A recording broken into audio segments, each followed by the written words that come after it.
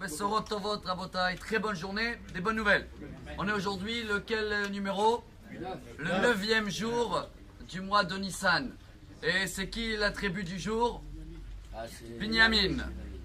Et c'est très bien parce que d'abord ça tombe bien avec notre paracha de cette Shabbat, que cette paracha contient 9 mitzvot assez et 9 mitzvot lot assez. Donc 9 ordres positifs et encore 9 négatifs. Qu'est-ce qu'on doit tirer aujourd'hui de Binyamin? Qu'est-ce qu'on peut tirer qui peut améliorer notre vie? Binyamin était le dernier, comme vous le savez très bien. La Torah dans Parashat Vaishlach, chapitre 38, la Torah nous apprend pourquoi son père il a nommé Binyamin. Il nous dit Rashi, fils de la droite.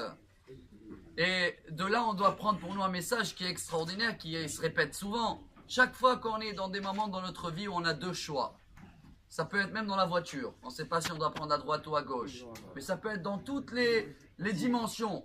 Toujours la droite. La droite correspond la bonté. Bon, la gauche, c'est un peu la rigueur. Et si vous allez me demander, Binyamin, c'est le dernier, donc il faut toujours terminer par la droite. Non? Regardez le mot Binyamin. Dans quel des 12 tribus ça se trouve encore une fois le mot Ben? Réhouven. Donc, Binyamin, fils de droite, nous envoie regarder encore une fois le Ben, Réhouven, et de là le Shulchan Aruch, il tire une halakha. Chaque chose qu'on fait, on doit commencer par la droite, et si on a la possibilité, même terminer par la droite. Il y a une halakha pour nous qui est très belle, à la faire tous les jours. Les chaussures tous les matins, Shulchan Aruch.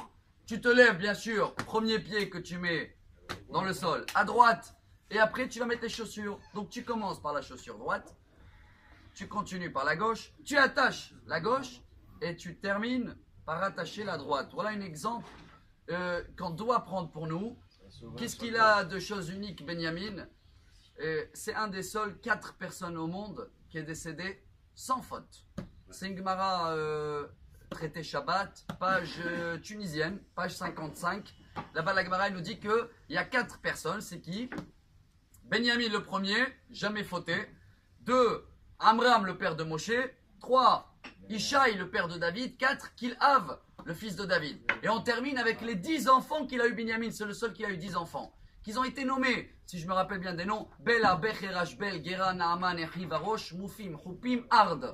Tous ces noms veulent dire Bela en exemple, que mon frère a été avalé. Moupim, il a été caché. Et ça revient à le message d'hier aussi. Regardez tous les souvenirs qu'il a donnés à son fils. C'est sur les catastrophes qu'il a eues son frère. Et c'est ce qui a permis à la fin de le retrouver. Alors que Bezrat Hashem, dans notre vie, on commence toujours tout par la droite, on termine par la droite, et comme ça, Shiye Besha'a Tova, Bemazal Tov, et une très bonne journée. Amar Rabbi Elazar,